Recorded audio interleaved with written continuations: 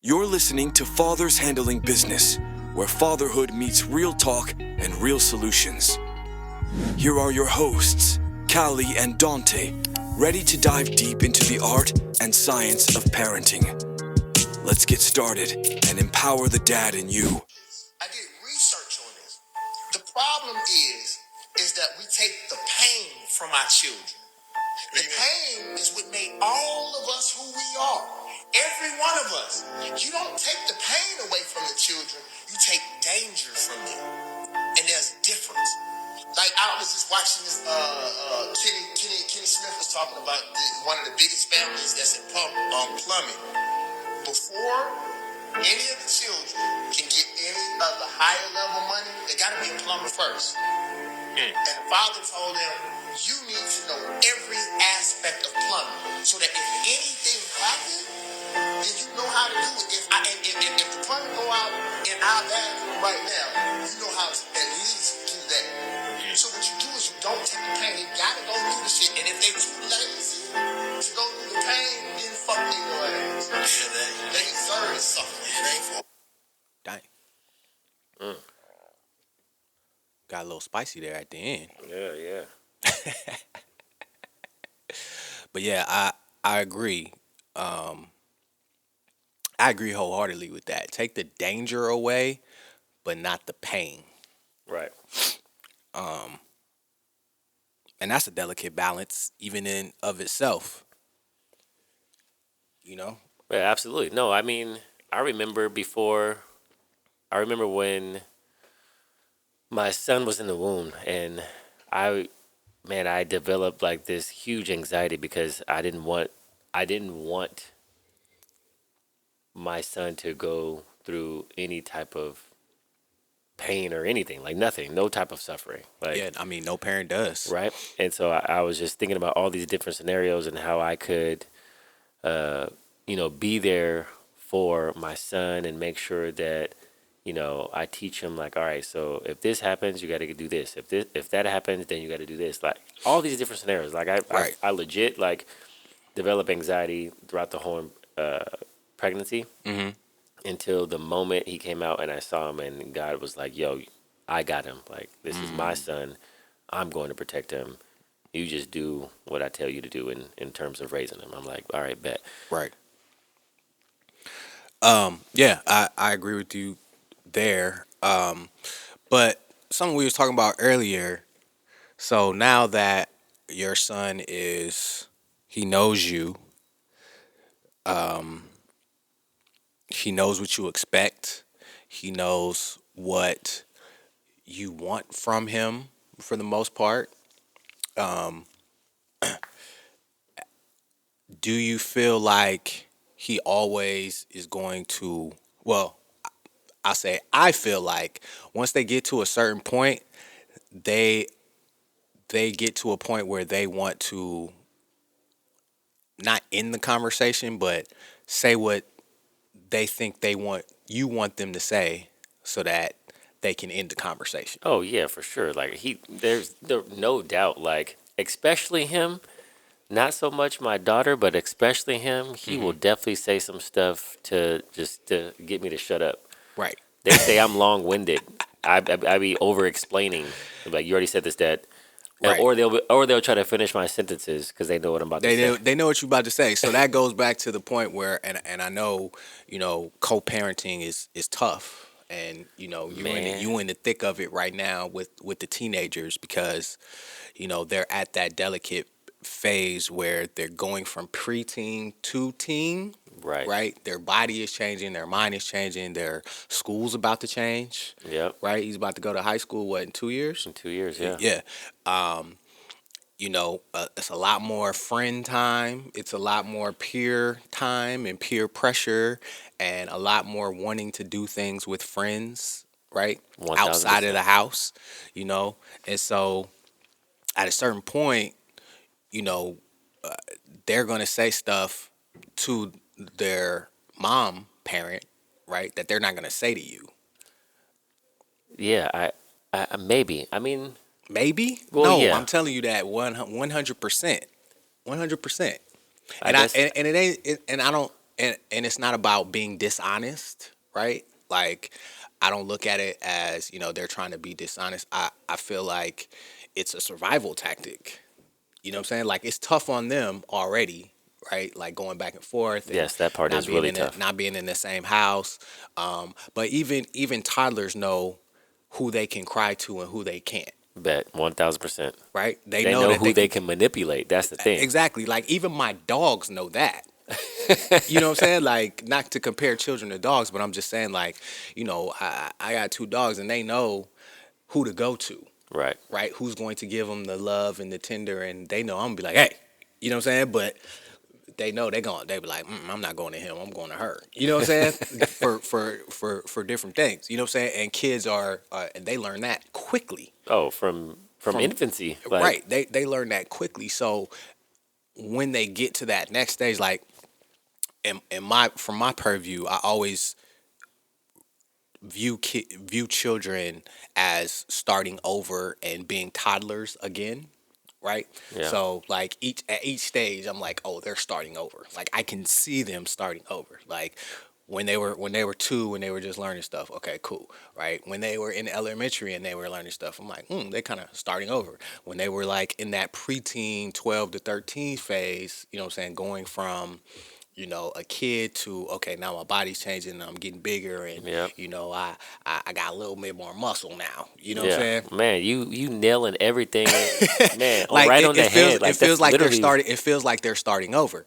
And then again, like I said, when they get to that high school phase, when they're, like I said, they really start smelling themselves, and not only are they smelling themselves, other people are smelling them too. Right. You know what I'm saying? Like, Right. we got good looking kids. You Yeah. know what I'm saying? And the women notice. You know what I'm saying? And it's like, Man. oh snap, okay, I'm actually kind of fly. You know what I'm Yeah. saying? And then when they get out of high school, it's another toddler phase, which I call it. When they trying to learn this adulthood thing. Yeah. You know what I'm saying? And so it's they're starting over, and they're learning, and I'm still learning. You know what I'm saying? Like, going through my different phases at 30 and then at 40, and then what I'm saying, you figuring stuff out. But it's very interesting. But back to the phase that they're in right now. Yeah, man. It's rough right now. So you hit the nail on the head, especially in terms of the manipulation piece, right? Mm-hmm. So from day one, like, both the kids, they already know, like, in my house, right? I expect them to strive for excellence, Okay. right? Not perfection. Okay. I don't expect them to be perfect, but I expect them to strive for excellence. And what that means is, like, I want them to strive to be the best that they can possibly be. Like, okay. in all phases of life, not just in school, but all phases of life. Always do your best, no matter what. Okay. I understand that your best is going to look different from time to time, depending on if you're sick or if you're hurt or if you're, feeling down, whatever the case may be. I understand that. But as long as you put your best foot forward each and every day and you do your best, that's all I care about, right? Okay.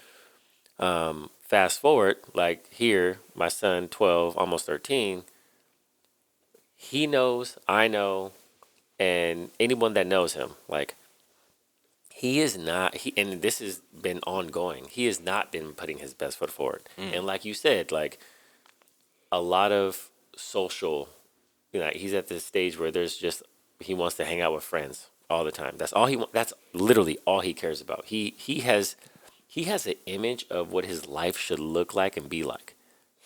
Like, last year for his birthday, he was like, yeah, I just want to, have some friends at the beach and walk the boardwalk and watch the sunset. I'm like, who are you, bro? Like, this ain't like 90210. Like, what are you talking about?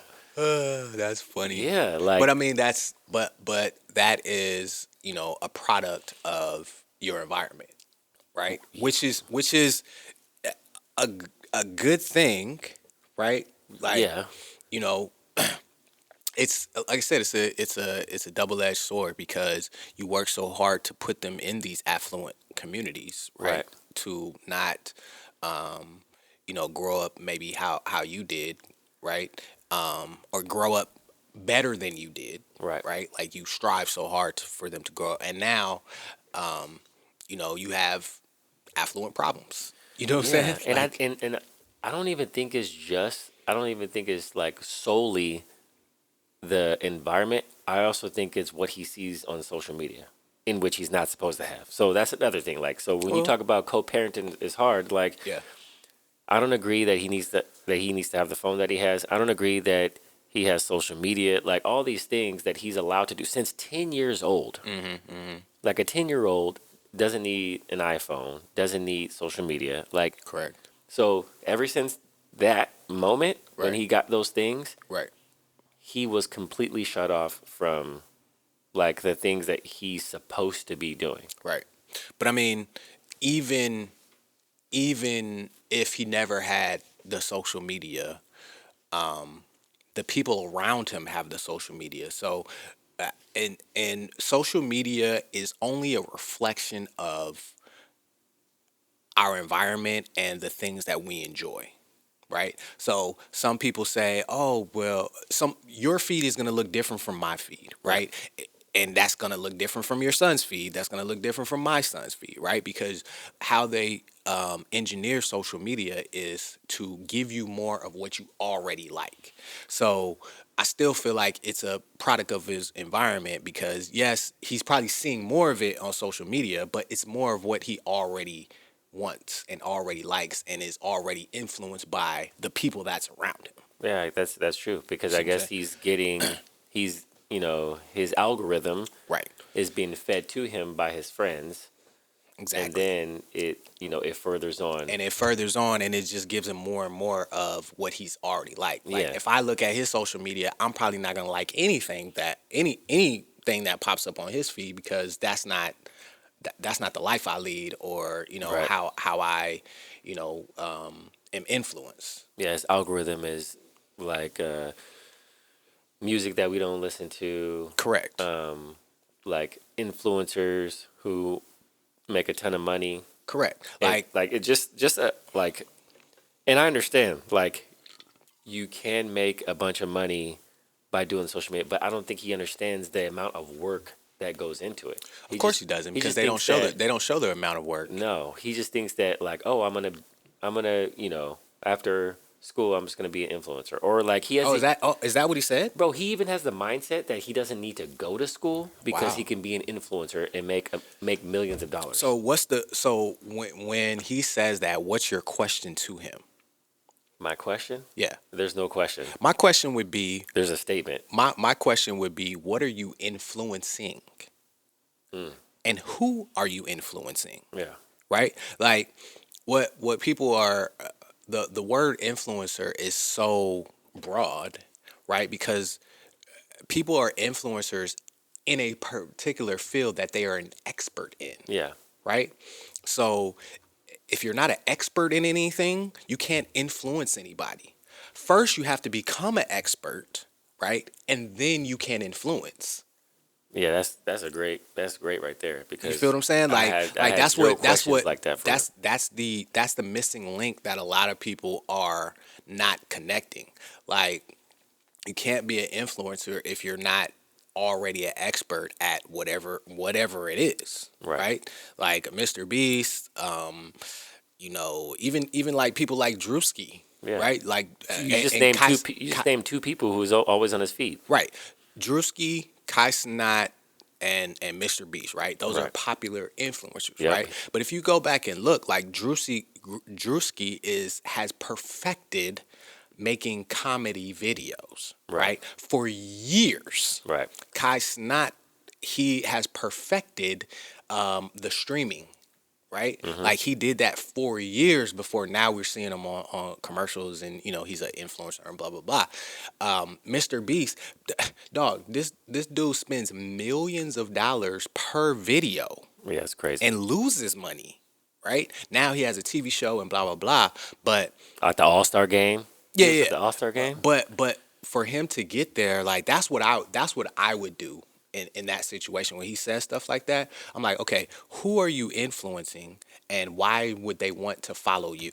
That's the question. Yeah. And when you break it down to him like that and say, okay, first you need to be a expert in something, and you need to do it for years. Like, forget school and all that kind of stuff. Like, you have to learn something, whether you learn it on your own, you know what I'm saying, or you go to school. You know, I mean, the best influencers, like, they're like doctors and, you know what I'm saying, like people who have been doing something at a high level for years, and then they're able to influence. Right. You can't just be like, well, I'm just gonna get on here and just make some videos. You know what I'm saying?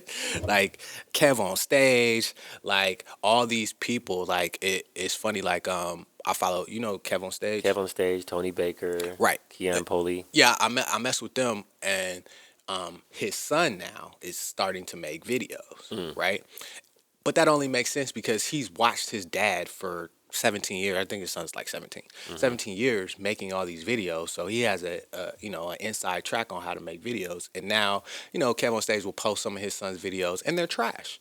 You know what I'm saying? They're funny, but they're trash, right? Comparable, right? Right. And so, you know, he has a leg up, which is cool because his dad can just post his videos, and you know what I'm saying? But his son is now going to have to be on that track to where he's carving out his niche, his thing that he's good at, and he's going to have to do that for years before he can actually be an influencer. Yeah, it's you know, crazy. and that's the disconnect that our young people and people in general, you know what I'm saying, are missing. Is, hey, you can be an influencer, but you have to be an expert at something first before you can influence anybody. Yep. You know, so that would be my question to him. Like, I would break it all the way down. Like, look, this is what you got to do. If that's what you want to do, okay, fine. I'm about to have you ask some questions to him. That's fine. That's fine. We can bring him over and I'll interview him. You know what I'm saying? Like, but sometimes just being able to peel the layers back on their ignorance. You know what I'm saying? And they see it for themselves. Same thing I did with my son when he was like, "Yo, I want to be a basketball player." Yeah. Right? I'm like, "Okay, cool. So, how many hours a day are you studying film?" Huh? Okay, how many hours a day are you in the gym? Right? I'm like, "Look at your favorite hooper. Look at your favorite college hooper. Look how many days they are in the gym. Look how many times." Like, I even tried to enroll him into this secondary school. There's this secondary school, bro. Secondary school. Like, after they get out of high school, it's like an in between college And like an academy, right? an academy, Yeah. where they play basketball for 6 to 8 hours a day. Right? And I showed it to him. I was like, "Yo, we can enroll you in this. Like, you're gonna have to play ball for 6. You gonna have to get up in the morning. You gonna have to play ball. You gonna have to do." He wasn't with it.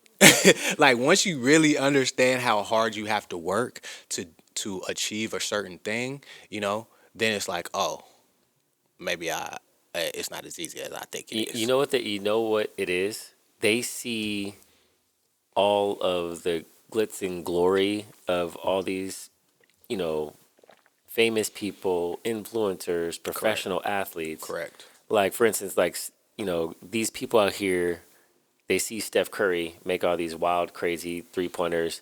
They don't understand what goes into Steph being able to do that, right? Like, I don't even think they even understand that Steph is a son of one of the best shooters in the NBA. Yeah. So, like, him, Clay, like, Clay had Michael Thompson. Like, it's just, they don't understand the amount of hours in, like, Hours. and Since like they were babies. like Steph don't even count shots that go in that hit the rim. You know what I'm Correct. saying? Correct. So it's like they don't even comprehend that. Like, we understand because we're hoopers, but for instance, like, my son was like, "Oh yeah, I'm gonna be a, you know, go to the major league. Like, I'm gonna be a major league baseball player." It's just like, bro, you won't even do like the bare minimum that I'm asking you to do is like work on your craft 18 minutes a day. Like, what are you talking about? What are you talking about? And so, but then he gets, you know, this thing, this mindset, this mentality from the other half. And it's just like, oh, like, you got to be a kid. You got to play. It's just like, well, do you want to be a baseball player or do you want to play? Right. Do you want to be a kid? Right. It's sacrifice. You have to sacrifice, and I think that that's a big lesson for the kids. Like, if you want this thing, that's fine. Like, that's cool, but this is what you're going to have to sacrifice to get it. You want to go to this party on the weekend with your friends, then you're going to have to sacrifice hanging out with your friends during the week so that you can get your work done so that you can go to the party on the weekend. You feel what I'm saying? Like, it's the give and take, it's the sacrifice that we just have to continue to instill in them, you know. Man. And like I said, my son's 23. He turned 23 this week, and he's understanding that now. You know what I'm saying? Yeah. Like I've been preaching it to him his whole life. You know what I'm saying? And he's getting it now. Like, he's like, man, I really got to put in these hours. I thought, like, he used to come home. It's funny, like, he used to come home and fly back to either here, or his mom lives in Florida. He'll go out there and just hang out or do whatever. And this Christmas he didn't come. I'm like, what happened, bro? Like, he's understanding that every time that he flies, right, spends $500 on a ticket, then he has to pay for food while he's here. You know what I'm saying? He's not working, so he's not getting any bread coming in, right? And so he's like, man, every time I come home and just kick it, I'm in the hole. You know what I'm saying? Like, he realizes, like, whoa, I can't just, like, stop my life and just hang out whenever I want to. You know what I'm saying? Thinking that my parents are just gonna take care of me. Like, nah, bro, you grown now, bro. You know what I'm saying? Like, you have to understand, like, you have to sacrifice these things. Like, something is going to have to give for you to, have the life that you want. You know? Yeah, and that reverts back to the clip we just played in the beginning, and it's talking about,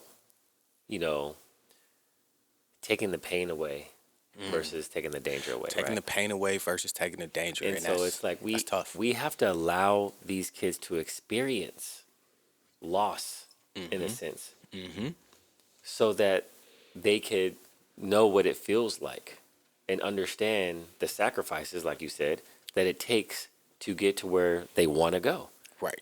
Like, I can't like do all the things to make you become a Major League Baseball player. I can foster and support you by doing, taking you here, taking you there, taking you to, private lessons and all that, but I can't make you do it. You have to want to do it on your own. Yeah, you have to want it. sacrifice, like you said, going to this party, like, and another thing, like, colleges and like, they're gonna look at your grades. They're not gonna, but if you have D's, bro, they're not like, no, you don't work hard in school. What makes you think that we think that you're gonna work hard on the field? Right. If you're not taking this serious, this is just a precursor. Right. Right? Right. So if you're not taking this serious, and this has nothing to do with physicality or ability, Right. but there's mental aspects of the game. And if you can't, comprehend, if you can't battle in the school field, in the books, then what makes you think that you're going to battle on the field and in real life? Yeah, I mean, it all translates. Everything that you do adds up. Every small step adds up to the bigger steps, right? Every small step matters. I recently did a breakdown about Leviticus and Exodus, right? I'm rereading the Old Testament, and like in Exodus, like the first time I read it, it was tough to read, and it's still tough to read because Yeah. it's a whole bunch of like cubits and lampshades and this and that, and gotta go gold layers, and it's when I finished it, I came to the conclusion that every small little step matters. You know what I'm saying? Like, it matters to God, and it should matter to us. Like, all these little measurements and all these little tiny details, they all add up to something that makes something great. Right. You know what I'm saying? And you can't skip those steps. You know, when you skip those steps, then something's going to be missing. And then when you get to where you need to get, then you're not going to have the foundation that you really need. You know what I'm saying? Like, you can't build a house that way. You can't build a house by making the walls first. Right. You know what I'm saying? Gotta have the foundation. You gotta have a solid foundation to build upon, and that's just life. You know what I'm saying? Everything across the board is like that, and I always say that our kids have so much more knowledge these days, but they don't have the wisdom to go with the knowledge. So when they're looking at all this stuff on social media, they're not looking at the steps that it took to get there. You know what I'm saying? Right. And so it's just tough. It's just tough as a parent in this era, especially as a single parent, co-parenting, right? Especially when Right. you guys are not on the same page. So as always, like what can we do as fathers who are co-parenting to keep our kids on track as they move forward? I know, you know what, it's a good question, and I think that what you stated in the beginning about questioning or asking the question of what are you influencing, I think that goes hand in hand with the laying out the blueprint, right? Yeah. So laying out the blueprint for them. Okay, so you say you want to be a baseball player. You say you want to be a basketball player. Okay, how are you going to get there? Okay, and then explain to them. If they can't explain to you how they're going to get there, explain to them and help them see on paper as if they're looking at a blueprint, right? Yep. All the steps it's going to take in order to get there, the sacrifices that they're going to have to make, because time is everything, right? Time is everything. Like, if you want to be something or go somewhere or attain something at the highest level, it's going to take time, which means the time that you think that you're going to spend on these video games or hanging out with your friends, like that needs to be spent somewhere else. Right.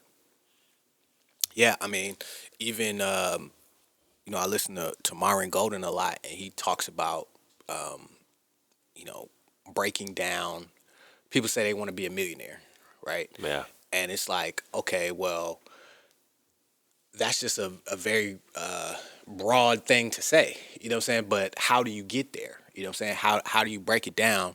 And he always breaks it down like, okay, you need to sell, you know what I'm saying, a $20 product, you need to sell that 50 times, or, a $200 product, 5 times, or, you know what I'm saying? Like, he breaks it down to where it's like, okay, if you want to get to $1 million, then this is what you need to sell per month to make this money. You know what I'm saying? And it's the same thing. Like, you want to get to this goal. Okay, well, break it down. Even in software engineering, it's the same thing. You know what I'm saying? Everything is Right. is microcosms. All principles are microcosms of themselves, which just means that, something that works in one arena works in another arena, right? So, like I said, in software engineering, if we want to do a big project, all we do is just break it down into smaller projects, right? Right. So we have to build this first, then we build that, then we build this. Okay, your team, you're going to be building this, and then we come together. And okay, now we got one piece. All right, now we break down this other piece. Like, it's the same thing across the board.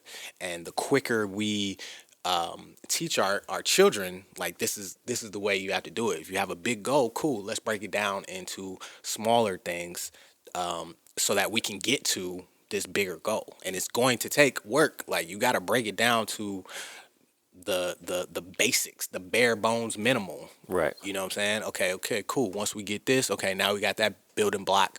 Now let's go here. Then we go to this building block. So it's even when you get your dream job, you know what I'm saying? Like, you have to start. That's just getting you in the building. Right. In music, the same way. Like, if you get signed, that doesn't mean that everything's okay now. You know what I'm saying? Now you're just in the building. Now you got to write the song. Now you got to get to the next level. Now you have to, keep going and keep working and keep, whatever. So it's all the same thing. Like, once you get there, you have to keep building and keep going to the next level. to Yeah. the next level, to get to your goals and to your dreams. And the quicker we break that down to our children, the better they're off going to be. The better they all are going to be. Wow. Wow. So, going back to this clip in the beginning, like what else can we do as far as like taking away the pain Yeah, I versus mean, the danger? Like what is taking that? away the danger and keeping the pain. I mean, it's tough because how do you parse that? How do you parse and know what's pain and what's danger? You know, Yeah. I'm a big proponent of letting them fall and hit their head. You know what I'm saying? But you also don't want to split their head open. Right. You know what I'm saying? But I think just in your situation, just to use that as an example, him missing, and I know we talked about this before, but if I was in that situation, I would just take away sports altogether, like, and hanging out with friends, all that. You know what I'm saying? Because that's not going to hurt him in the long run, right? That's going to be painful, right? But that's not going to endanger him. Yeah, like I don't ever battle with that with the sports thing. I battle with everything else. That's not sports. Right, Because but I'm saying if he loves sports no, or I'm saying he loves everything else. Like sport, he doesn't. Here's the thing: he loves his phone and he loves hanging out with his friends more than he loves sports. right, but aren't his friends at the sporting events? No, I'm saying he loves his friends outside of sports. So like, it's not even. So you think if you took away sports that wouldn't affect him at all? Nah. It's interesting. Yeah. So okay, It would have affected me as a kid. For right, me, right. I love because when I say I love like hooping basketball, like He was really into it. I Yeah, he really was loved really, it. So like yeah. if you took that away, like it was taken away from me for like a day, just one day. He said a day. No, seriously, like I was not allowed to play sports unless I had a 3.5 GPA. Oh, got you. Yeah, I yeah. remember one time I got a C in English, Right.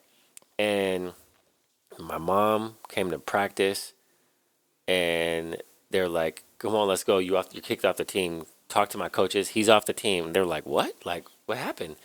Like they thought that I like did something wrong. Right, right, You know, right, was right, right.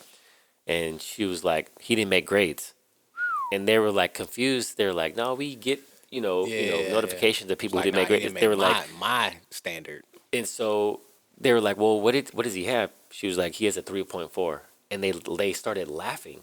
They all started laughing. They were like, "No, no, he's good. Like he definitely made grades." And exactly what you said, not in my house. Not in my house, brother. Not So in my literally, house. like, Yeah. bro, do you know that I went to my math teacher and I was like, "No, yo, you gotta change my grade like right now. Like I'll do whatever it takes, but you gotta change But the but grade." that's what I'm saying. Like that's feeling the pain. So now you have to figure out if it's not sports It's the for phone, bro. it. It's the phone. I promise you. Okay, we'll take away So like so right now, and not even taking away the phone. Something I suggested to my bro, and he did this. He bought just like a regular flip phone without the apps. so I want to do that 1,000%. I've been saying, "Hey, let's do like Right, going, right. with his mom," but she's not with it. She's like, "Bro, when I say co-parenting is so Yeah, hard, it's tough. It's tough. it is hard, It's bro." tough. She's not with she thinks that no, like he needs an iPhone because Because his friends have an iPhone. and that's what I'm saying. Like the friends have to be cut, snip, snip. I don't have an issue with that, but it doesn't translate into sports for him. So Yeah, that's what I'm saying. If it's not sports, then it has to it's be. the phone, it's the video games. Like he's hanging out with his friends. Bro, hanging out with your friends is like playing video games. Playing video and games, talking like- to them on a headset. Yeah, exactly. Now, does he going have to- that at your house? No, he has no video games in my house. But he has it at at his mom's at house. his mom's house. He Yeah. has. Bro, I took his phone away. Right. He tries to find him. Like you're not gonna find it. Like He tries to find. he it. tries to find it. Ain't Like, no you're not way, gonna dog. find it. Just stop. Just give up, bro. You're not gonna find it. You're not. Nah. What I would do, well, what I did is I didn't hide my son's phone. I put it right there. He just can't touch it. Like I put it right there. I'm not hiding it from you. Like I'm taking this away from you for a specific reason. Oh, he knows that I say, give me your phone, and then Yeah. he just hasn't seen it. But he can't help it. It's like a drug. When I say it's like a drug, bro, Yeah. it's like putting crack in front of a crackhead and saying like, "Don't touch it." Like, no, like he's gonna touch it. He's gonna. He can't help. What's the consequence for touching it? I mean, so that's another thing too. So that's Gotta another take it thing. a step further. Go That's ahead. another thing. So in my house, the consequences are burpees, right? Okay. Bro, I kid you not. Like his mom was like, "That's abuse." Okay. No, like abuse. Like, okay, here's abuse, bro. Growing up, I got choked. Dang. I got hit with an extension cord. I got hit with a belt. I got hit with switches that I had to go get myself from the That tree. sound like a regular day. You know what I'm saying? Like this is like In a the 80s. regular. And then I was also grounded for months at a time. Yeah. Months, right? As we all were. She's gonna tell me that's borderline abuse for making him do burpees, bro. Like it's like, are you trying to raise someone who's just gonna be on the nipple their entire life? Like he has to grow up and be a man. Right. I'm making him do burpees. I'm not beating him. Right. You know what I'm saying? Right. So it's just like we literally had this conversation this week. Like she's fighting me on that. Like, okay, I'm telling you, it's abuse. Like, so what are you gonna do? Call the police? Right. What the police? And tell him that he's making my son do burpees. Yeah, it's like, oh my god. I'll be like, go ahead, call him. But yeah, I understand that is tough. I had a situation where, same thing. I went and got the switch or made him get the switch. You know what I'm saying? I had a situation where I used to pluck them behind the ear, Like flick them. flick them behind the ear, bro. It caused CPS on me. I couldn't see my kids for like 2 months Oh my gosh. for a flick Because behind the ear. She called him? No, she didn't tell. It was my son had said something to his teacher, and the teacher, and he was like in elementary school. I don't know what he said, but you know, they did an investigation, and they was like, okay, this is not abuse or anything like that. Right. But I still had to go through that situation. I had to meet with CPS. I had to go through all of this stuff. And I'm like, bro. I was like, okay. That's how y'all want to play, but that's when I switched to getting on the wall doing the burpee, wall sits, and you got to hold this and blah blah blah, which was actually more effective than flicking behind the ear. But I get that. I get it. It's 2025, and everything is child abuse these days. But I don't know. Keep praying. Keep asking the Holy Spirit to come up with ways to affect this young man, because at the end of the day, that's your job. That's your job, is to find out what it is that makes him tick, what is going to agitate the pain to get him to ultimately become the man that we know that he's gonna grow up to be. Right. And the crazy thing is too is like, so he's a completely different person.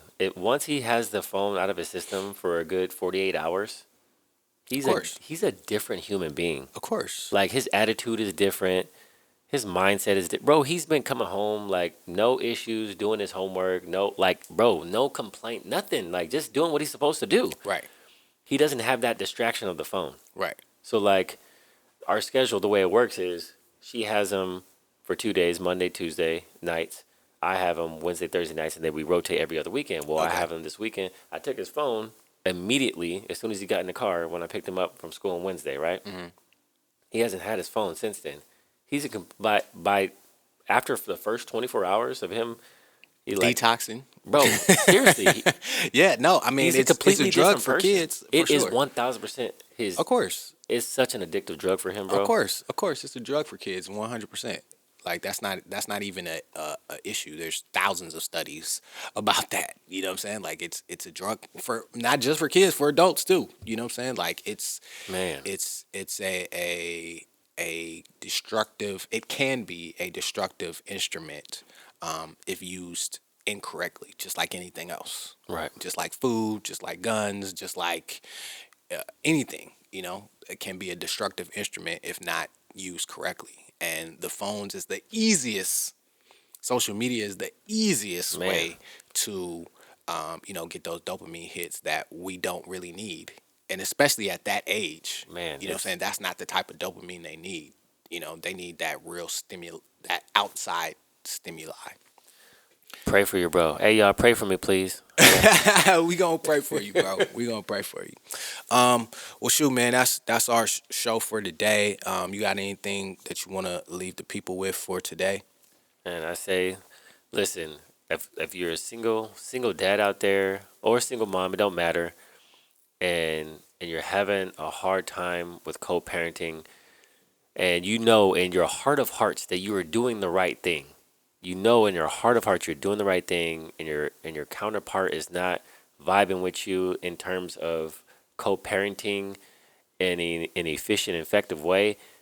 It doesn't matter. They are gonna be who they are. Stick to your guns. It doesn't matter. Like keep the main thing, and that is raising your children in which you know and you see best fit. Amen. That's it. Amen. From the marriage and family therapist himself.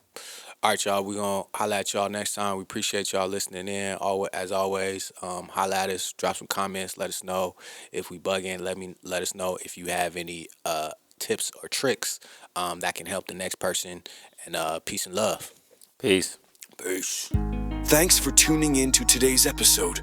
We hope you found our discussion enlightening and empowering as you navigate the rewarding journey of fatherhood. Don't forget to follow us on socials, join the conversation, and share your own experiences.